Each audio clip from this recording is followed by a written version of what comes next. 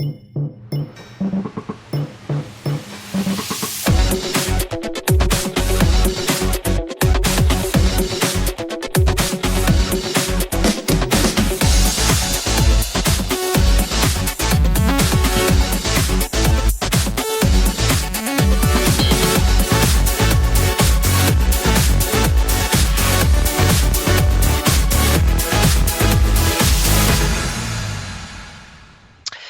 and welcome to a late edition of the Football Hipsters English Breakfast podcast. I am your host, Kris, and for the first time in the 2016-17 season, we have become three. I've been joined by my usual cohort, Mr. Ross Bramble. Good evening, Ross. Good evening, sir.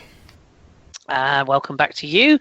Later than usual, but we have lots to get through. There is a reason we're late, which we'll explain in a minute. But before we do that, it's a great privilege and a great honour to welcome back the legend that is Danny. Hello, Danny.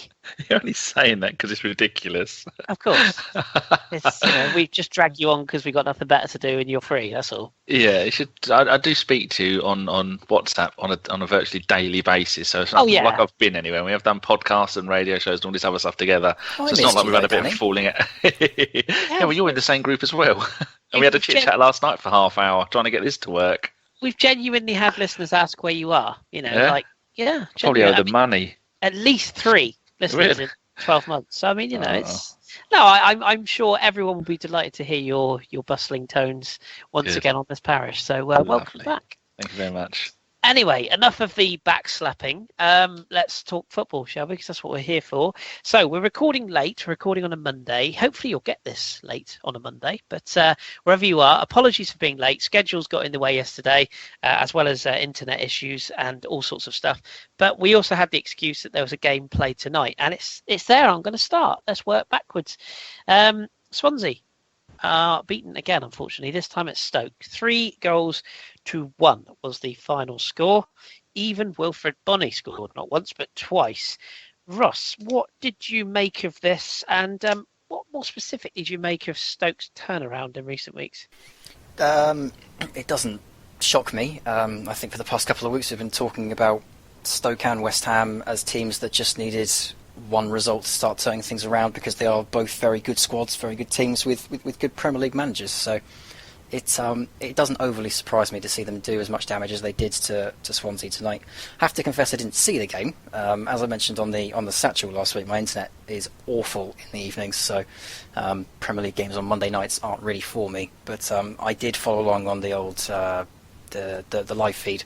And it sounded like a pretty comprehensive win in the end for Stoke. I think they hit the post 3 times in the first half. It sounds like a rather complete whitewash for Stoke from what I gather. So it's a little surprising to see them have so much control against Swansea, I think. But at the same time, they are still under new management, still learning the new style, etc. But to see them starting to pick up results now, starting to gel a bit more, I don't think that's a massive shock to too many people. No, 2 good goals actually. The second goal for Wilfred Bonney, a lovely assist from Joe Allen, who is having the season of his life, has to be said. He's if you had him in your fantasy team before he hit this hot streak, you're doing well. He was outstanding tonight. And Danny, I know you didn't see this game either. However, what do you make of the sort of situations between these two clubs? Because Swansea have given our Arsenal boys a few issues in the past. Obviously, they sacked Guidolin this season. They've got Bob Bradley. As Ross said, they're changing their style. What have you made of sort of Stoke's struggles and then they've turned it around? And how do you think Swansea are going to come back this season after such a bad start? Well, we all knew Stoke were going to turn it around with the likes of Bojan, Shaqiri, Arnautovic.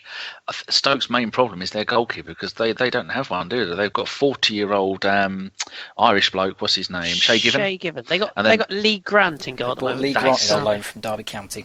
Yeah, I was just looking at that, and he is. I think he was with Burnley for a while, and then they let him go. And how can a club the size of Stoke not have a decent backup goalkeeper? Because when they've got Matey Boy plays for England, what's his name? The one that's injured. Jack Butland, the future England goalkeeper for me. How they haven't got someone long term to replace him, even if you get him in on loan. I mean, you could have come to Arsenal and had any one of our backup 2 or 3 goalkeepers before the season started and had those. But Stoke started the season off with 4 losses and a draw, and I remember thinking at the time that they better not sack old Mark Hughes, because he's a good manager. Every club he's been at, he's done well. And then they've drawn 2 and won their last 3 games in a row, and they're now back up to 12th in the table. Decent team, decent players. I think a game like that one a couple of weeks ago, where it's the Shaqiri show, that you can't really do much better than that to get the club on side, get the fan on side, and get them all back together playing well. But Swansea, I mean, poor old Bob Bradley going down there in the valleys of Wales with no hair, no beard, no hat. That bloke doesn't know what he's doing. A lot of American fans, because we've got a lot of American friends, and they say that they do not rate him as a manager. They don't think he did anything with America, the USA national team, and he did some stuff with a couple of MLS teams, I think. I don't really rate him, and I don't think they're going to do anything this season. He did a very good job at Le Havre in France in Ligue 2 last season, and also in Norway with Mitch. Didn't get promoted though, did he? They were still in Ligue 2 this season. He was 1 goal from promotion. It was that close. He had to win by 7 or 8 goals, I think it was. They got 1. They got 1 away. They were in. See, I'm one of the few that thinks Bradley will actually turn it around. I'm not sure about his dress sense. It's a bit odd.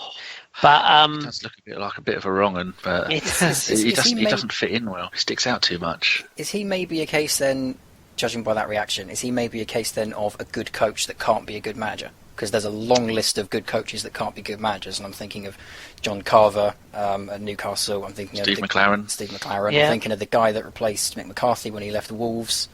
His name escapes me. Terry Connor, and the guy at QPR. His name escapes me as well now. But when they were in the Premier League and they were going down, they got rid of Harry Redknapp, and then he moved in. I can't think of his name, but he was in the Championship for all of 4 or 5 weeks. Crikey, what's his name? That's going to annoy me. I'll have to look that up. Carry on. But is it a case of maybe just a coach that isn't going to be able to make that step up? Is that maybe an argument that could be levelled against him? I personally don't think so. I actually think that I think he'll come good. I mean, again, people are judging him. He's had 3 games away at Arsenal, which, you know, to be fair, they were impressive for long stretches. They've had the game at Stoke tonight. Who's the other game they played? Watford, 0-0. Watford. There you go.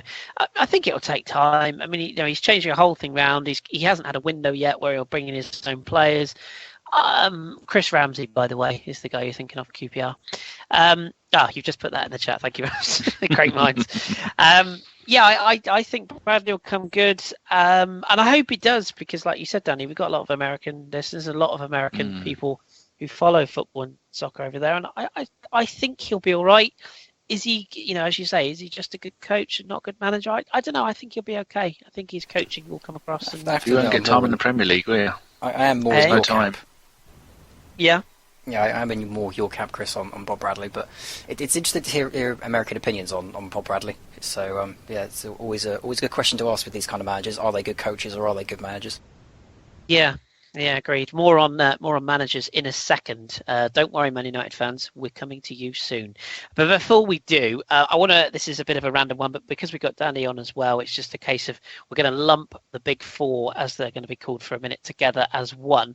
So it's probably a good thing for you, Ross, because we can scoot over the events of yesterday quite briskly as well.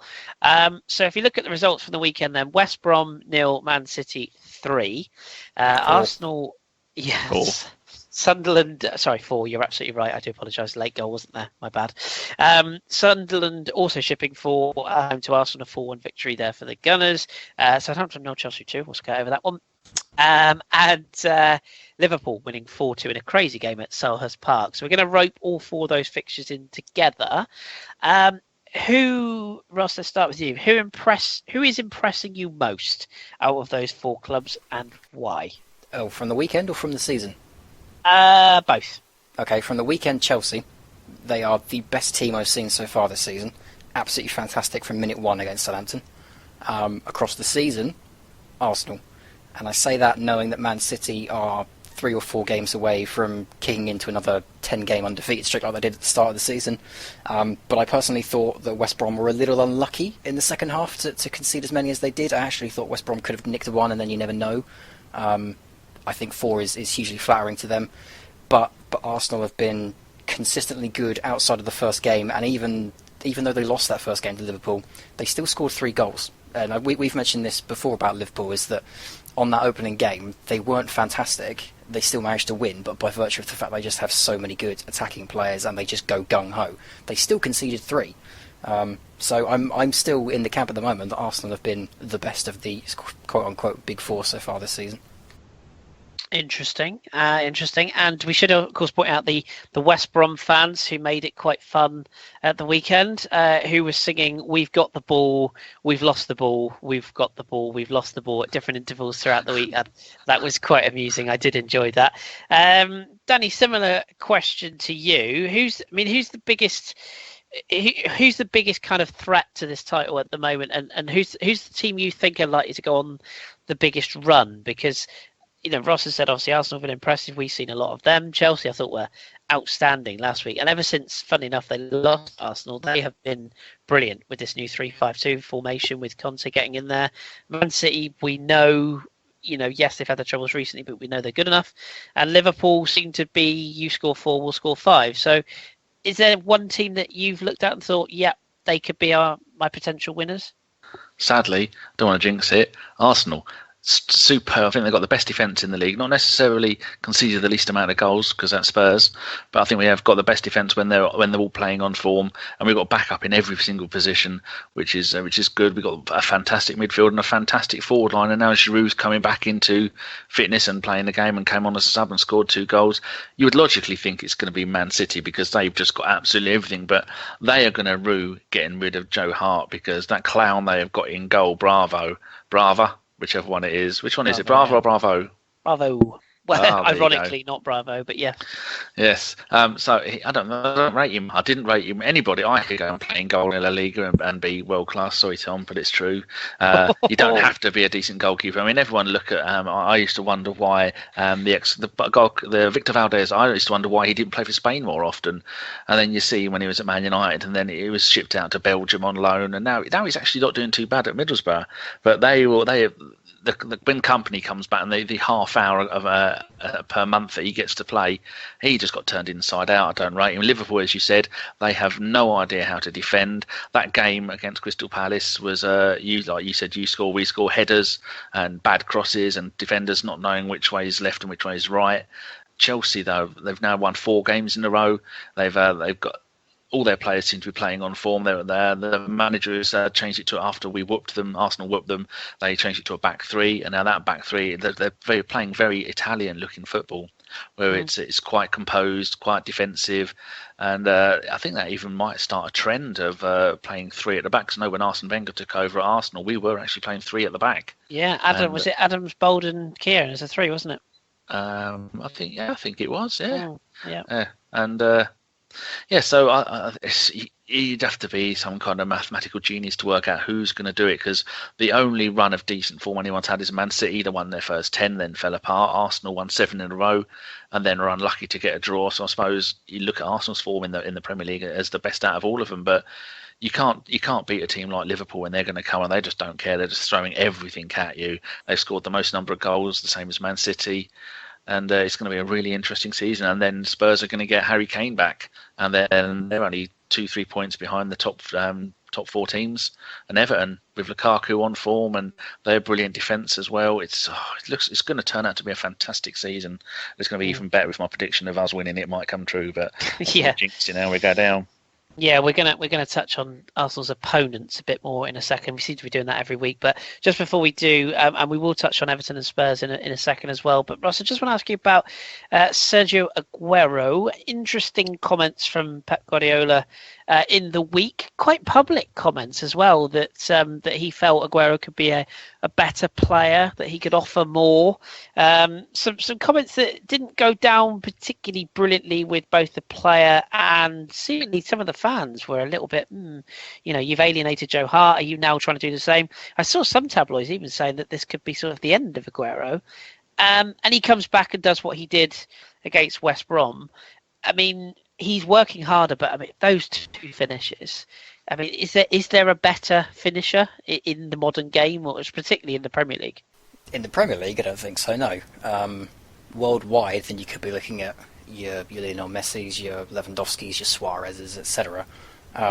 But he is one in a million, really, isn't he? He's that striker that every top club is desperate for, because he has got a deft touch. He has got some very silky techniques and shots on him. But he can also just get stuck in. He can pop up in random spaces. He can play all kinds of different roles as a striker. The only one he's not so much effectual as is a target man, I suppose. So I would be astonished to see Pep actually go through with it and do anything seriously to impinge his career at Manchester City by doing anything with Aguero. I think it's all a bit lost in translation, really. I don't think he really means, as the perception from the English media seems to be that he's saying that he's not good enough for the first team, or that he needs to be rested, or we need to bring in other players. Whereas I think Pep is really just trying to rotate the squad around, make sure everyone can play his style, so they've got options and backup, help motivate him. I don't really read too much into it. To me, it seems a bit like when Mourinho first went to Man United, and there was all those questions about would Mata stay or would Mata go. You know, it's horses for courses. The players that he had at Chelsea were better than Mata, so Mata had to go. But now he's at Man United. Mata's a perfect fit, so he plays him. I think it's the same kind of thing with Pep and Aguero. He may say some things in public that we go, oh well, maybe, but I think behind closed doors he's got a tremendous amount of faith in him and knows he's the best option for them. Yeah, I couldn't agree more. And people forget, of course, that Pep would have known all about what Aguero could do when he was at Atletico Madrid. He would have seen what he did there as well. So it's not just what he's doing at City. And as I say, those two finishes in particular, that second one was just pure ability. I mean, the guy's got it all. But speaking of strikers as well, we should touch, Danny, you briefly touched on Everton. They got a 2-0 victory over West Ham, who continue to sort of be strange this season. I can't quite work out whether they're getting better or getting worse. I never quite understand. But goals from Romelu Lukaku, my friend and yours, and Ross Barkley, who lit up the game at times yesterday. Still a little way off being consistent, but what do you make of what Koeman's doing there? Because I've asked Ross this question a number of times, so let's have a new voice on it. Are you quite impressed with what's going on at Everton at the moment? Yeah, I certainly am. He's managed to keep some of the best players there. I mean, I've always rated Coleman, and bringing in Williams was a masterstroke. I reckon he could have done the job for any Premier League team. Gareth Barry still in the middle, kicking people and making stuff run well. And then Lukaku, I mean, he always made the point, and I agree with you, that in previous years that he only ever scores against small teams, and now he's upped his game. And he is scoring against the big teams, and he is doing well, and he's being consistent. I still like their centre-back, the Argentinian Mori. Is it Mori? Funes Mori, yeah. There you go. I think they're getting better. They're missing out on a goalkeeper, though, because they got Stickleback Ecklenberg. They stole him from Southampton for, I think, £600,000, and they got that Joel Robles. I'm terrible with names. They really need I mean, they're doing all right defensively. What I think I just said, they conceded 9 goals all season in the Premier League in 10 games. That's pretty good, but they do need a really good goalkeeper, because in his day, with the bloke who the one who's gone back to America, Tim Howard. Tim Howard. He was for a lot of the time that he was there, he kept them in games because he's that much of a good goalkeeper. And we all remember how good he was at USA. No, for the USA. And he said USA 94. Bloody hell, that would have been good. No, in the last World Cup, he was absolutely outstanding. And I remember you jumping around in your USA shirt, pretending that you were a Shredder's long-lost cousin. I think this summer, I mean, this January transfer window, they're going to bring him some players, because he's shown to the owners of the club, the bloke who sold his shares in Arsenal and then bought a 50% stake in there. Was it 50 or 49% stake? Yeah, Moshiri, isn't it? Is that his name? Yeah, Moshiri? Yeah. And I think he did actually complain in the summer, or there was rumours that he was complaining that they hadn't spent enough money, and that he wanted them to spend some more money, because they've got a hell of a lot of money coming in. But yeah, I like what he's doing there. And I remember we talked to Ross last year. He said that Koeman wasn't going to stay there very long. I think he said he's going to see out the rest of his contract, and then he'll move to a big club. So he said it a million times. Yeah, even when the Everton interest first came up, he literally laughed at it, and he still went. So money though, isn't it? I don't think Everton. I mean, if this season, I reckon Southampton will do better than Everton, because they're a better club, a better run club, and they've got better players, and they haven't had to steal everybody else's players. But poor old Southampton. I was looking at the Liverpool team last night. I thought, well, they might as well just go and wear red and white striped shirts and have Dwyer Tools. Was it Dwyer Tools on the Draper Tools? Draper Tools. It must be sponsored by Draper Tools. Back in the days of the pony kits, that was, wasn't it? And get all three of the Wallace brothers just turn up there. Yeah, so they've got a lot. Of Mane's doing all right there. But getting back to West Ham are horrendous at home. There was a bloke who helped, had something to do with the organisation of the teams, and he was saying on Radio 5 or LBC today that ground that West Ham are at is not a football ground. They were talking about the violence. He said that is not a football ground. The only way forward for West Ham is to knock that stadium down and rebuild it as a football stadium. So they said this will continue to happen. So West Ham fans are going to be feeling it worse than us Arsenal fans did when we moved stadium and when Spurs are moving stadium. And how did it, I know we were going off track a little bit, Ross, but with Southampton, how did you feel when you left it was the Dell to go to St Mary's? Honestly, I couldn't tell you because the Dell was just before my time as a Southampton fan. But make it up. I remember my granddad saying it was very tough to say goodbye to the Dell because it was very ominous, and you were right down on pitch level. The grass was right in front of you, whereas you go to St Mary's now and there's that little division area where the advertising halls go, etc. So you do feel a certain sense of disconnection, and we obviously had a bit of teething problems. But I think the nice thing about moving to the Dell is it wasn't very far at all. It was literally like across the road kind of deal. So it wasn't really that difficult to get used to the new area that the stadium was in. The difference was creating a new atmosphere in St Mary's. You know, in the Dell it was always very on top of you, and you always knew you were in for a tough game when you came to the Dell. But at St Mary's, it's a whole new ground. You've got to, you've got to change the way people see that stadium. You know, I think we were talking the other week, weren't we, Kris, about how the fans have to adopt their new stadiums and make it whatever they want it to be. Make it home, yeah. Yeah, I think we did it pretty well with St Mary's. It's a pretty respectful place to go and play football. But when the Southampton fans get going, I think it is certainly an intimidating environment to be in. Whereas I don't see any of that at the moment with the Olympic Stadium. Yeah, I don't think you're going to. At least when Spurs are building. I was talking to my mate Lou, who's a Spurs season ticket holder, and we were talking about the moves to stadiums. And I said, at least when you lot move, you are going to get a proper football stadium. You're still going to be used as a, still going to be used as a cash cow. And he said, "Oh no, we won't." I said, "You will. You are going to become a financial a way of making money for the people who own it. You are no longer going to be a football club, and that's the way Arsenal have gone to a certain extent, and other clubs like West Ham. We all know West Ham are doing it because the owners want to sell the club on. I think there's a certain every time that they're not allowed to sell the club on. But then after that, I think it's 5 years. I'm just picking that out of my brain. I think there is some kind of cut-off point where if you sell it before that, it's going to cost you a lot of money. But after that, they're building something so they can sell it on and make money. Because Karen Brady's an Arsenal fan, and the other two blokes are they Birmingham fans? I know they owned Birmingham before. Yeah, David Gould and Sullivan. I think they were part of Birmingham. I think I think Gould is West Ham. I think, or Sullivan. One of the two. I think one of them is. But I could get shot for that then. Yeah, but I know the point you're making. You did transition briefly into Spurs there, and I want to touch on them before we jump into another key topic of the weekend. But Ross, let's ask you. This game with Spurs and Leicester, 1-1 draw.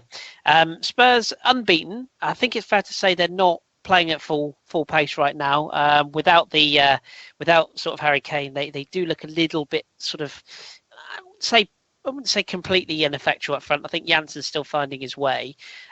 Penalty was very generous, I think it's fair to say. Last night when me and Ross were trying to sort this out, I said, I'm just watching the games and I was going to watch the Spurs highlights. That's not a bloody penalty. I watched it from every angle. Not a penalty at all. Sorry. No, that's fine. It did seem a bit generous. But the question I had for you, Ross, really is, are Spurs, do you think they can continue this unbeaten run longer term? And also just touch on Leicester. Did we start to see the old Leicester coming back in this game in particular? Yeah, I think we saw flashes of it. I don't think Leicester were brilliant by any means, but I certainly think they found a bit more of their old mojo. I remember watching Soccer Saturday on the weekend. Jeff Stelling was saying that one of his friends said that Okazaki brings out the Leicester in Leicester, and I think that's a really great way of putting it, because when he's in the side, there's a lot more endeavour about it. And I think when you look at some of their weaker performances, it's when they've been trading strikers up front and when Okazaki hasn't been starting. I'm not saying it all hinges on him, but I'm certainly saying that he adds a whole new dimension. As for Tottenham, early indications to me seem to suggest that they are starting to suffer from burnout from last season, because it's very easy to keep running under Pochettino's style when you're being successful, and I can vouch for that as a Southampton fan. When we were doing well and going on good runs, it was great. The players never look tired, but as soon as one result goes against you, your heads start to drop. Now, the great benefit they've had is they haven't lost yet. But certainly with the draws they've had, some of the performances they've put in, some of the injuries they've had as well, which I think are big knock-on effects from the Euros and from the campaign they've just had. You look at Alderweireld and Kane, Alderweireld especially, who had a pretty good injury record before Tottenham. I'm slightly wary of Tottenham at the moment. They feel like a team that by Christmas time could really start to be dry heaving, and then come February, April time, who knows where they're going to be. I think if they can catch a second wind, then fantastic. But I think Pochettino and the current Tottenham side are going to be campaigning for a winter break sometime soon. I love that expression, dry heaving. Just got visions of sort of Dele Alli with his hands on his knees, just sort of retching. It's a bizarre image. I don't know where I concocted that from. But yes, to be fair play, as you say, irrespective of my allegiances, you've got to give credit where due, and they are unbeaten. They continue. I think the North London derby this weekend, probably their biggest test so far this season. Completely off topic. Well, sort of completely off topic. I found out today that Salman Rushdie is a Tottenham fan, which is news to me. It's news to me, I have to admit, yeah. Bin Laden was an Arsenal fan, so anything's possible. According to public sources, yeah. The one other club I want to give a little bit of love to before we get stuck into Man United, which I'm sure a few people want to hear. A little bit of love for Watford, Danny. We obviously know a bit about... No love from me for Watford. Well, this is what I was just going to say. Taking aside the money side of things, the rotation of players, etc., just taking that aside for a second... Walter Mazzarri has done an incredible job, I think, there. He's taken a side that were underperforming at the end from Quique Sanchez-Flores. He's taken on some local players like your Troy Deeney's, who you would think would only really want to play for a standard manager, not in the sort of exciting style they're playing. A 3-5-2 seems to be the way. I've been really impressed with them. And as I say, take aside the money, because I know your views on that. What do you think has been the key to their success? I mean, they're up to 7th now, unbeaten in 4, and they just keep on ticking along. They beat Hull this weekend, 1-0, of course. Yeah, indeed. I used to like Watford. I actually went to Nigel Gibbs' testimonial many years ago, probably in the 93, 94, 95, something like that. It's just my dislike for Watford is mainly the owner, not the club. We all used to love Elton John, but it's just being a Peterborough fan that season when Peterborough in the Championship the same as they were, and the way they actually had to change the laws on the loan system because of the way they abused the loan system. So that's I've had whenever Watford fans see me tweet about it, I do get. Once I had an entire day full of abuse from Watford fans. It's not the club, it's the owner I don't like and the way they do business, but it works. And they did have their 2 other clubs, and Tom tells me that they've sold Granada. Yes, yeah. It's a Chinese. I think it's a Chinese conglomerate. It usually is. Yeah. I'm surprised China haven't come in and try and buy the Pirates off of you. Give it time. A multi-billion-pound deal. Yes, Walter Mazzarri. Say his name for me. He was Inter Milan, wasn't he? Inter and Napoli, yeah. He was more successful at Napoli than he was at Inter. At Inter, it went all de Boer. It didn't go well for him, but yeah. Is de Boer gone yet? Not at time of recording, but any moment now. Potentially tomorrow, by the sounds of it. But that game was interesting because let him stay till the end of the week. I want to beat Inter on Thursday. Yeah, true that. Yeah, you shouldn't be too hard. But both teams, according to who scored, have both played 3 at the back. This thing of Chelsea's 3 at the back is spreading around, much like the 4-2-3-1 system that where everyone was playing. Now everyone's seems to be moving this, but I'm glad to see Leicester still sticking to the 4-4-2. But getting back to Watford, Troy Deeney, what a player that man is! What an absolute gent he is as well. Because I remember when they were in the Championship and 2 or 3 seasons in a row, or transfer windows in a row, Premier League clubs came in for him, and he says, "No, I'm staying here, and I want to get him promoted." And he's done that, and he's been brilliant, and he is so hard to play against. Igalo, another one. A fantastic player, really quick, hard to stop him when he's on form. They were both had a bit of a quiet game yesterday, and then you've got that Armabat, another really good player playing out wide, and Barami. I remember him when he was at West Ham, and that's the one with the funny colour hair, isn't it? Yes. He still thinks it's 1984, and it's not. So yeah, he's playing the central midfield. Seems to be a bit of a home for ex-Spurs players with Capoue and Kabul there. And I think they're doing all right. I like the manager. I like the way that they play the football. It's interesting, and like you say, that they're up to 7th in the Premier League, and that's only a few points behind Everton. who are 3 points ahead of them, but they're ahead of the likes of Man United and Southampton and Leicester, the champions, and West Ham. You'd have thought all these clubs would be, maybe even West Brom should be above them, but they can't get into any kind of form. It's win, draw, loss, win. So I think if they can put a run of form together, they could be pushing for the higher up the table. Yeah, because you never know. I mean, everybody's got so much money now. And again, come the January transfer window, it wouldn't put it past a club like Watford to spend 10, 15 million pounds, or actually more like get a 30 million pound for 500,000 pounds from one of the other teams. Move them back Sorry, across. Watford fans. No, it's true. And I'm with you. I share your love for Troy Deeney. Troy, there's a few actually. It's Troy Deeney, Andre Gray, who, putting aside his obvious misdemeanors, I like the way he plays football. He was hard done by that. You can't dig up shit from 4 years, stuff from 4 years ago and do that. It's just wrong. He still said it. I agree with you. I think it's harsh to the ban now, but he still said it. He was a silly boy. But yeah, what he said was wrong. But the fact is so long ago. I mean, where's the limit on that? Is there a cut-off point? To say, oh, look, you said this when you were 12. No, gone in the naughty corner. Seems a little harsh, doesn't it? Callum Wilson, of course, at Bournemouth, who we should just say lost this weekend to Middlesbrough. Goal for Stuart Downing there. It's like it's 1997 all over again. Brilliant time. Did you see the other goal for Middlesbrough? Gaston Ramirez. Oh, yes. my giddy. Oh, I had to rewind that and watch it 3 times. I thought, well, at some point he's given the ball to somebody else. I'm looking at it and going, he hasn't. He's run the entire length of the field. And then gone around 3 players and dinked it in the corner. I'm sure Ross will back me up and say this, that he did pretty much nothing in the Championship when he was on loan down there. Am I right, Ross? He was better than he was at Southampton. At Southampton, he was awful. He was worse than awful. And he likes to make a big deal about the fact that it was very easy to leave Southampton this summer. We cancelled his contract, so don't let him talk. Was he the striker? Your record signing? Yes, he was. He hasn't scored a goal since December 2014 or something. In the Premier League, in the Championship, he had a couple. The loan he had to Hull City was awful as well, and it really showed him out as a player that wasn't really ready for the Premier League just yet. But when he went to Middlesbrough, Aitor Karanka essentially put him in the middle of the attack and just said, right, you've got a lot of skill for this division.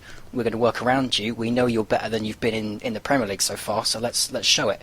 And under Karanka, he's been fantastic. And it doesn't surprise me to see him score a goal like that because he's always had that ability. But the issue for Southampton and then for Hull was that he was playing in positions and in roles that didn't suit him. I don't think he acclimatised quickly enough to the Premier League, especially with Southampton. With Middlesbrough, he had time to adapt to the Championship style and the way that Aitor Karanka wanted to play. He had more responsibility, but also more freedom, and it's really helped him. So, yeah, he's a brilliant player, but that kind of goal can happen. But you still got to be wary of him because he does switch off, and there are times when he can be a bit of a liability. It's not so impressive now. The fact that is he a striker? He's not really. He's one of these number 10 wide forward strikers. He's not really sure. We made that run from. I thought it was a left back. I thought, how's a left back doing all of that lot? Oh no, he's definitely. Oh yeah, you bought him for about 13 million quid, didn't you, from Bologna? Looking at it. That's right. I remember. I think we had talked about this last season, and we said, "Where's he going to go?" And you said he might go back to. Was it Uruguay or Uruguay? That's where he's from. I thought he'd go back to mainland Europe. Yeah, I thought he'd go back somewhere in Italy or Spain. I thought suited him, but no, he's doing a job and fair play, like Ross says. He's at a good club, so interesting. Okay, right. Sunderland fans, you've got away lucky this week. In the interest of because we are a bit pressed for time, I'm gonna leave you alone this week. But we'll be back, I'm sure. I'm not sure whether David Moyes will be back in a couple of weeks. We'll have to see. But they were poor this week. But I want to, before we go into the EFL, I do just want to have a bit of a round table on dear old Mr. Mourinho and Manchester United because this is getting a bit rough now. I think there were comments in the media from Jose. In the last couple of days where he was saying that he doesn't really feel at home in Manchester. He's living out of a bag and hotel rooms. He's finding it tough to settle. He hasn't got players. Now, I'll ask Danny about a certain player in a minute, but Ross, just from your standpoint, as far as Mourinho himself goes and the management team, is this all getting a little bit tiresome? I mean, is this becoming the Mourinho show? And more importantly, do you think the game is moving on and leaving him behind? Because it does strike me that what he's trying to do is very dated all of a sudden. That's the million-dollar question, though, really, isn't it? Is he being left behind by modern tactics and modern standards? It's tricky. The job at Man United is always far bigger, and you've got to thank and blame Sir Alex Ferguson for that, because he turned that club from a club that was just another big club at the time back into one of the great sporting powers. And every manager that comes in now has to try and maintain that mantle, and no one's done it so far. And they always say with the Man United job is that you don't realise how big it is until you're there, because suddenly there's so many departments and levels and personnel that you never thought you'd have to interact with and talk to, that suddenly you have to get on board with. And I'm not sure if Mourinho is used to that. Even at Real Madrid, I'm not sure he's used to the family feel that's there at Man United. Outside of that, his tactical style has always been the same. It's always been to play attacking football until you get one goal, and then kill the game, make it as dull and dire and break it up as quickly as you possibly can, which is what I've always liked about him. I've always liked the fact that he can see football as not just entertainment for the fans, but a business. He's there to get results and be as successful as he can be. If that means making games of football absolutely dreadful to watch, then he'll do it. And I've always liked that about him myself. I know other people absolutely hate him for it. It doesn't overly shock me to see him playing the style that he's playing, or to see his tactics doing the damage and the success that it's doing to Man United so far. But I would like to say on this weekend's games, though, as good as Man United were in creating as many chances as they had, and et cetera, and as bad as they were in not taking them, I do on the flip side want to just add that Burnley, absolutely fantastic. I think it's highly disrespectful to ignore how good Burnley were in that game. The media is all about, Man United had a bad day, is it Mourinho, etc. I would just like to point out that Burnley have taken 71 shots from Manchester United and Southampton alone, and only conceded 3. That's pretty good going for Burnley, because that's what they're going to be facing all season. So yes, as bad as Man United were at finishing, I do want to quickly add in here to this conversation that Burnley were absolutely fantastic. Yes, a point that has gone amiss from a lot of pundits. So yeah, very, very well said. Danny, the question I have for you with regards to Man United, we could talk about Mourinho and his tactics. For me, there's a couple of fundamental, obvious flaws here. Without a goal in, or without goals, full stop, really. I think it's something stupid like 1 goal in October they scored the other day in that Manchester derby in the EFL Cup. So they're struggling for goals, they're struggling for creativity, they're not putting the ball in the net. And they leave out the Bundesliga's best player probably last season in Henrik Mkhitaryan. They're leaving out Anthony Martial, who, albeit has had a difficult start to the season, had a difficult Euros, but offers genuine pace. And they're sticking with Zlatan and not playing to his strengths. Now, albeit, as much as I love the big man, he had one at the weekend. He really did have one. And he's not in good form. But they're not playing to his strengths. How can Mourinho continue to essentially blame his players for a lot of this, when surely he's the one that's making these tactical errors and picking the wrong team? Well, it comes to something when the likes of Brian Robson, a Man United legend of a player, England legend of a player in his era, where he's came out today and say, I think Bastian Schweinsteiger can actually come back into the Man United team, because when Jose got to Man United, he said, no, he's not going to be even training with the first team. So he's now back training with the first team. I think that's a sign of desperation to say that there's a player that you've got that you're not going to use, and then you get him back in. But I'm just looking at yesterday's lineup with Ibrahimovic. At last, Mata was back in the team. Mata should play in that number 10 the entire time. Rooney should be nowhere near that team. Pogba, maybe even play Pogba. If you're not going to play Mata at 10, you play Pogba at 10 and say, Pogba, just go do what you do, because you have the skill. You have extraordinary skills. And I don't like Lingard, and Rashford should only be playing as a kind of striker, but it depends if they play the Arsenal way, that all the front three move around. But I can't see Ibrahimovic being happy to drop wide left or drop wide right like Sanchez would do.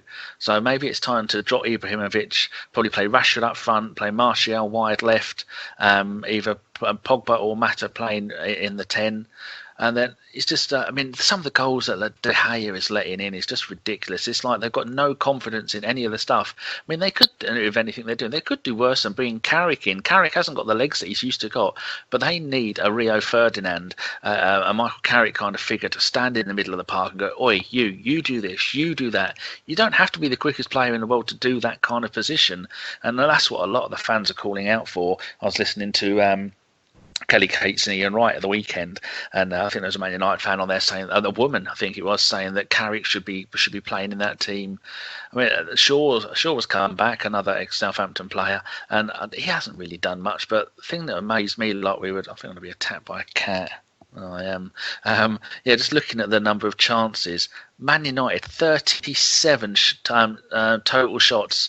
One hit the woodwork. 11 were on target. 8 off target, and 18 shots were blocked. I mean, that is just magnificent. It's broke the Premier League record for the most number of shots at goal. And then you think if you're going to do that, 37 shots, you're thinking, what was it, 10, 11, 12-0? But being Arsenal fans, we saw how resilient Burnley were when we went there. We were lucky to beat them. Was it a last-minute goal we beat them with? Yeah. Oh, Burnley are doing so well, and they got the Mr. Croaky as their manager. And personally, I think they're all playing for their lives because they're scared that he might try and kill them. But Ibrahimovic had 12 chances, 12, and did nothing with it. And when that bloke's on that amount, I mean, between him and Rooney, what are they on? £500,000 a week before tax? On the rest, maybe, yeah. Wow. I mean, that is just absolutely stunning. He's been brave enough to drop Rooney. I think he's going to have to drop Ibrahimovic because Zlatan isn't daring to Zlatan at the moment. No, he's really not, and it sort of breaks my heart, and also makes me slightly happy because it's one of those it's like you don't want to see your ex with somebody better than you. I suppose I love him to bits, but I don't want him to perform because that means my own club will suffer. But I'm sure he'll be right as rain and ready to go when Arsenal rock up at Old Trafford. I'm sure he'll be banging form. But can you blame Jose on his own, or Jose?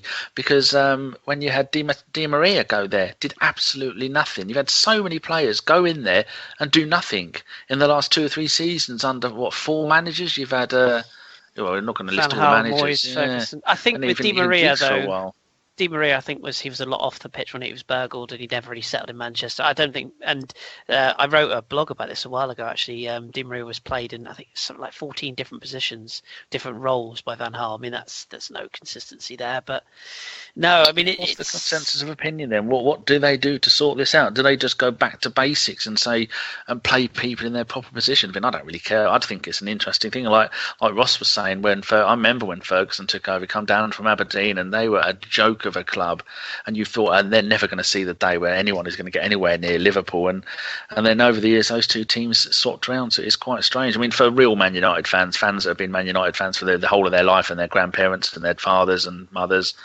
it's just the younger Essex supporting one who likes them because Rooney plays for them. They're the ones that we don't like. But for your genuine Man United fan, I feel for them because no one can really put their finger on why it's happening. It's strange. It's been square pegs in round holes for about 4 years, though, isn't it? And I was saying this to the rest of the group earlier in the week.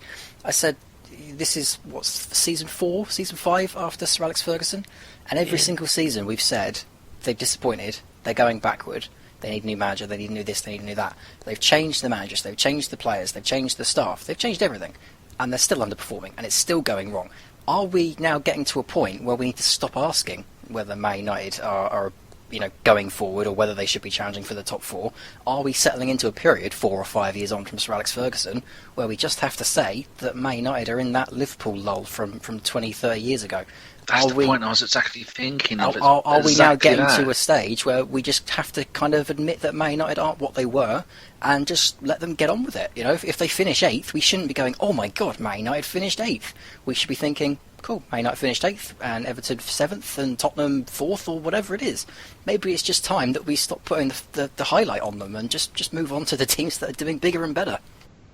Agreed. And it has to be said, and I know I might upset a few Man United fans with this, Sir Alex Ferguson knew the right time to leave that club. Oh, he milked that squad, didn't he? He took the last of the dregs out of that, and he got out, reputation intact. And I think that club's been broken ever since. So It's interesting. It's interesting, and we could go on for hours, but alas, we have other matters to address before we exit stage left. So we shall move on. And Ross, I'm looking at you because it is your time once again, and we will be touching on all things Manchester before we leave because we have some exciting news. But before we do, it's EFL roundup time. So what, pray tell, has been going on in the leagues below the Premier League? Yeah, everyone's favourite time of the week. So as normal, we'll start with League 2. The first big result I want to pull out, not just because Danny's back with us, but this was a fantastic game. Barnet 3, Hartlepool United 2. Hartlepool United were 2-0 up on the 53rd minute. They got a red card on the 68th minute, which ended up in a penalty to Barnet, and then in inside 11 minutes conceded 3 and contrived to lose that game by 3-2. Fantastic game to watch, I imagine, unless you're a Hartlepool United fan.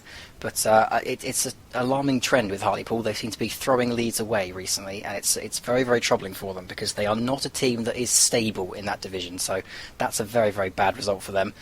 Carlisle United still defending the only unbeaten record left in the Football League, or not including Tottenham in the Premier League, of course.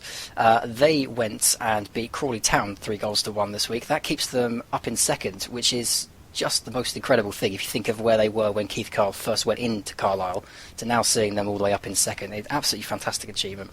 And the other big result I wanted to pull out from this weekend was Exeter City, because last week we were talking a lot about managerial sackings. We've got more managerial sackings to talk about this week, but I did express a bit of concern for Paul Tisdale, Exeter City.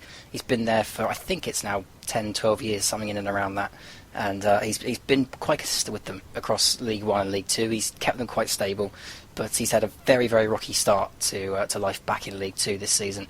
And I was kind of concerned that he may be on his way out, but 3-0 win away at Morecambe is a fantastic result. The other big noticeable story to come out of League 2 was the referee that managed to get himself knocked out at Plymouth. Now, I don't know all the ins and outs of this. I do remember hearing about it on the weekend, but I must confess I don't know all the ins and outs. I don't know if there was an errant stone or a dead bird falling from the sky or whatever it was. But a knocked out referee. I think it held up play for about 10 to 15 minutes. So interesting one. That Plymouth game, by the way, ended at 2-1 to Plymouth, which keeps them at top of the division. Hopefully this is their year. I know that Kris and I are very big fans of Plymouth, but I'm desperately hoping they get a bit of success in League 2 this season. Moving into League 1. There was a very big Manchester derby this weekend, Rochdale versus Oldham, I believe. And Rochdale and I think there are four there are 4 clubs in Manchester in League 1. Rochdale have now beaten all 4 of them so far this season, which is fantastic for their fan base.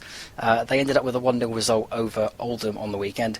They also had a young striker called Joe Bunny, who's 23 years old. He's playing at left back and absolutely stormed it on the weekend, so very impressive. He's one to look out for if they're going to keep playing him at left back, because we all know how modern day football loves its flying wing backs. The MK Dons, now they lost their manager last week, as we know. If you heard last week's show, they lost Carl Robinson, or at least they decided to sack Carl Robinson. And I was a bit worried for them and a bit concerned for them, and already I'm feeling justified in that concern. They are now 1 position above the relegation zone, only separated by goal difference from Swindon Town. They went away and lost 2-1 to Sheffield United, which was always going to be a tough fixture, but at the start of the season, before a ball had been kicked, you would have thought that had been a nice even game, and maybe MK Dons could have got something out of it, but right now you just cannot see where they're going to get a win. So very concerning times for the MK Dons. And the other big noticeable thing to come out of League 1 were all 3 of the top 3 coming away with victories: Bradford, Bolton and Scunthorpe, which keeps the top half of the table nice and closed. The playoff positions are starting to get a bit clammy now. It's always an interesting race in League 1 to see who gets into the top 6, but right now it would be hard pressed to see past Scunthorpe or Bolton or Bradford. Moving into the Championship, we had some incredible results in the Championship this weekend. 2 5-0s. Now, normally you see 5-0 somewhere near the bottom of this division when the class between the teams is massive. But this weekend we saw a 5-0 at Brighton Hove Albion, who beat Norwich 5-0, absolutely staggering result. And then Fulham went and matched it by beating Huddersfield Town by 5-0. We all know the incredible start that Huddersfield have had so far this season, but that is a massive, massive blow. Completely changes the outlook in the top 6. That moves Norwich down to 4th with +2 goal difference. Huddersfield now down to 3rd on -1 goal difference.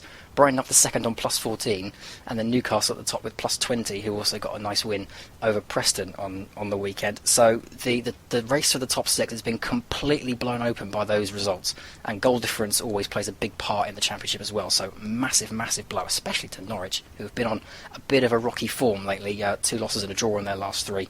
So that is a hammer blow of a result. The 2 managerial sackings that came this week were both in the Championship. I think we've now lost 6 Championship managers in the month of October alone. Wolves managed to finally make the decision to sack Walter Zenga. It was. I think I reacted live to it on the preview pod because we were recording just when they sacked Kenny Jackett, who's of course now at Rotherham. But Walter Zenga was just the most bizarre choice for them, and you could see things coming together for them, but they never really looked convincing, and they are now all the way down in 17th on 17 points, only 3 points off the relegation zone. So bit of concerning form, and they finally made the decision to get rid. They drew 1-1 with Blackburn Rovers on the weekend. If you haven't seen the goal that Sam Gallagher scored, and I'm not just saying this because he's a Southampton loanee, but oh mama, that was a hell of a goal, so I'd go and check that out. The 3 candidates for the Wolves job: Tim Sherwood, Paul Lambert, Nigel Pearson. Very interesting trio if you compare them to Walter Zenga, but I think they're all safe bets at this point in the Championship season. It's always very risky to change Championship managers and go for a punt. It's always better to bring in a manager that's experienced in this division. If Sherwood goes in there, I'd be a bit more concerned for them, but Lambert or Pearson, bit of a dull option considering the attacking quality they've got, but I think they'd probably be safe with them. The other big managerial shake-up was at Wigan. This one offended me really. Gary Caldwell sacked by Wigan after 18 months in charge. They took him on as manager when they were relegated from the Championship 2 seasons back. He never managed before. They asked him to get them up and out of League One. He did that with aplomb, won them the League One title in his first year as a manager. He got 14 games in the Championship. Now, admittedly, they've not been in great form. 3 wins, 5 draws, 7 defeats. They haven't been brilliant this season. At the same time, I still think if you kept hold of Gary Caldwell, considering how well he did in League One, they would have got out of it. So that one offends me a little bit, but that's the way it's gone. Gary Caldwell has now moved on. I think one of the front runners for that is probably going to be Carl Robinson, who I could see fitting in there relatively well, but questions over whether they will survive now that they've managed to make that choice, unless they bring in another Nigel Pearson or a Paul Lambert to kind of stabilise them. Like I say, always a risk to try and bring in a bit of a punt in the Championship. You always want a steady hand. They, however, did go away to Cardiff City and picked up a very useful 1-0 win. They didn't deserve it at all from what I hear, but still a very useful 1-0 win away at Cardiff, who themselves have been on a bit of a resurgence under Neil Warnock. And the final game to pick out from this weekend of fixtures was Birmingham City versus Aston Villa, which is, of course, a massive derby in that part of the world, made even bigger by the fact that Steve Bruce, ex-Birmingham City manager, is now Aston Villa manager. That game ended 1-1. Aston Villa still undefeated under Steve Bruce, going in the right direction, seeing a lot of positives from them. They are now up to 15th, and I think you'd be hard-pressed to bet against them in the promotion race. So those are the big movers and shakers in the division and the biggest results. Like I say every week, I'm sincerely hoping you're enjoying the Football League season, and especially the Championship season, because this weekend of fixtures especially has completely changed the dynamic of the top 6. Fantastic roundup as ever. Thank you, Ross. And I can confirm the referee incident at Plymouth. What basically happened is the referee during the game collided with one of the Plymouth players, Jimmy Spencer. The referee, Kevin Johnson, I think his name is. Just trying to look here. Yes, Kevin Johnson. He received treatment. He attempted to get to his feet and just fell backwards. And he had the collision with the Plymouth player and was spark out, as the saying goes, and was taken to Plymouth Derriford Hospital. And I believe he's been released now with what was classed, as a hyperextension injury in the back. So not a good day for the referee, unfortunately. Very bizarre. But as you say, Plymouth's got the results, so they'll be delighted. They can invite him back again. Busy week in the Championship. And Danny, let's get your input, because obviously you follow a couple of teams down there in the EFL League. Barnet, with that result, the result that Ross was saying about that amazing comeback. They're on the way back, seemingly. And Peterborough, what's the latest going on down with the Posh? Oh, the mighty Posh. Win, lose, win, lose, win, lose, win, lose. This was known as the Welsford Derby because my mate Anna, her dad's from Bristol. He's a Bristol Rovers fan, but lives in Peterborough and a Peterborough season ticket for holder for ages. And so on Saturday afternoon, she was round here doing some stuff to my van. I know, sounds crazy. Painting it yellow. And I was going, oh, no, Peterborough are losing. And then I said, oh, Peterborough, it's now 1-1. And she said, oh, my dad will be happy. 90th minute, Tom Nichols comes in, bang, 2-1. Lovely job. It's not very often that the Mighty Posh get an away win. And they're having a not too bad season, like Ross was saying, it's heating up in that league with Bradford, Sheffield United, Northampton. But I don't want Peterborough to go up. It's not very often you're going to say that. They're not they're my team because they're only 15 minutes away from me, and their last few games, win, loss, draw, and almost like I did say in the beginning when I was joking, it really is that bad. But the thing with Peterborough is that they just get these. They're known for their strikers. They get a striker like the Dwight Gale, and they've had Asa Bonga, and they've had all these other ones. They get them, they score a few goals, and then they flog them on. And there was one they sold to QPR as well, I think, a Northern Irish player. Washington. And if the acid, not Denzel Washington, is it? No, it's Connor. Connor. Yeah. I think Denzel's busy making films. I don't know why I said Denzel Washington. What a stupid thing to say. Be quite impressive, to be fair. Yeah, it would be. But yeah, I don't want them to get promoted because as soon as they do, they're going to end up coming straight back down again. And it's nice to have a promotion season, but when you're coming up against the likes of Bolton, and it's nice to see Bradford doing well in that league as well. But I think mid-table mediocrity is always going to be what Peterborough's. They're a League One team, they're a perennial League One team. But Barnet, that's another story. They're yeah, they flirted with relegation for the last couple of seasons, and the last few games or few weeks of the season, they've managed to pull it away. But they're another team. Like so many teams, they just cannot get any kind of form. They got the league's top goal scorer with a Kindy, who's I'm just looking there. He's got 12 goals, 3 more than anybody else. He's been there for 3 seasons now at least, and I'm surprised no one's come in and taken him because I think he was quite close to the top goal scorer last season as well. So I just like to keep my toe in lower league football with those two. And it's nice to see both of them winning at the weekend, coming back from losing positions. It's a league that we follow closely. You know, we're lucky to have Ross, of course, with such an in-depth look at all the lower league stuff that is going on when we're so many of us are focused on the Premier League. And before we wrap up tonight's show, because we've gone a bit longer, because obviously having Danny back is always good fun. So we like to go a little bit longer, and we haven't had any questions, so it's worked out quite well, really.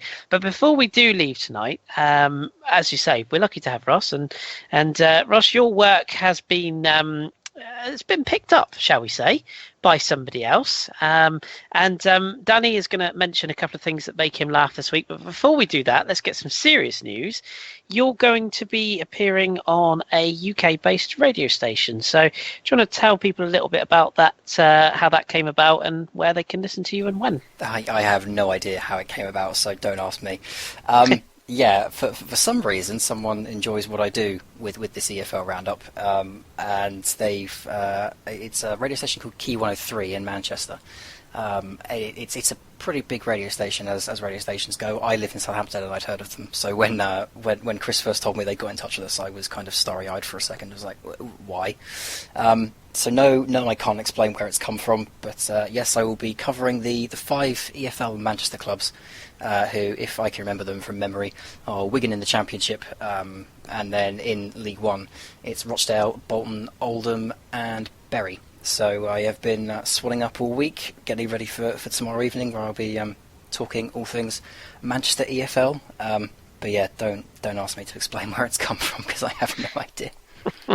Well, I on behalf of the whole podcast now, we'll congratulate you live on air, and it all came about as I got a message from a gentleman who indeed does the booking for Key 103, and he actually openly said to me, he said that he went through various iTunes, YouTube, all sorts of places, and he said there's very little coverage of the Football League, and what he did find, we were the best. So that's quite the compliment. So and that all comes down to you. If you get to meet Paddy McGuinness, could you tell him I love him? I knew He does Sunday from 9 a.m. to 12 p.m. midday, and Paddy McGuinness is a living legend. No likey. It's a great gig, and as you say, if we can get Paddy, brilliant, bring him on. Do you even know what that was from? Yes, it's Take Me Out. Yeah, and the Offspring's going to go and see him. That being filmed next week. Oh, how it's all linking up, eh? It's weird. Synergy. Synergy, I like it. Now you've got two things you want to bring up that amused you this week? Two things I saw on Twitter. The first one was someone tweeted Peter Crouch and said, "Peter, you ruined my FIFA game," and then he tweeted back, "Oh, at least I'm getting a game somewhere." That's quality. You got to love Crouch, haven't you? Oh, it's brilliant. Like, he's the best ever line from his. Or someone said to him, "What would you be if you weren't a football?" He said, "A virgin." And then someone's called at We Are the Weirsiders. They just tweeted 4 hours ago. They've done a little picture saying 10 trick or treaters tonight, and still nobody has taken it. And there's a picture of a bucket full of sweets with their Sunderland season ticket card in the middle of it, and no one's taken it. All the sweets are still there. God. It's a little thing. If you can't laugh at times like this, what can you do?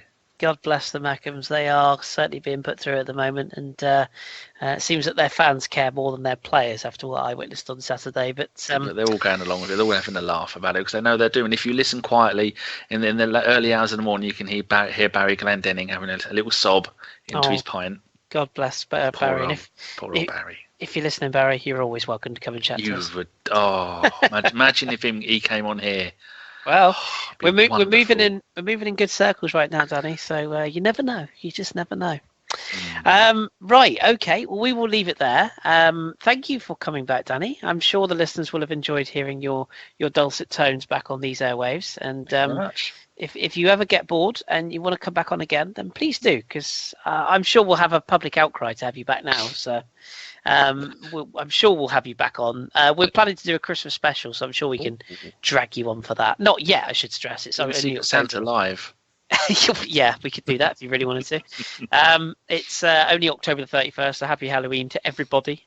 But yes, we will be doing a Christmas special. And during the next international break, I think the plan is for me and Ross to have another little chat about some more championship bits and bobs as well. So we might drag Danny on for that one too. So there we go. Right. Anyway, so that's it from us for the late English Breakfast podcast. We do appreciate you listening as always. If you haven't already, do give us a little subscribey poo on SoundCloud and a little thumbs up on YouTube. If you do get time, I know it's a bit of a pain, but if you are an iTunes user, if you wouldn't mind leaving us a 5-star review and an actual review itself, that would be fantastic, just because it helps us get our name out there and it pushes us sort of more into the public view, so people can see us a little bit more. So if you do get time, that would be brilliant. If you don't, no worries. And if you like what we do, keep listening. We appreciate your support. Right, thank you very much for listening. As I say, thank you, Danny, for coming back on. It's a pleasure. And thank you, Ross, as always. I'll be back with you again at the end of the week. Shall do. Pleasure as ever. Danny, please come back soon. Hey, we will do. Cheers. You've been told. Right, so that was the Football Hipsters podcast, English Breakfast Styley. Thank you very much for listening. Keep your beard strong and your glasses trendy, and we will speak to you soon. In the meantime, enjoy your midweek football.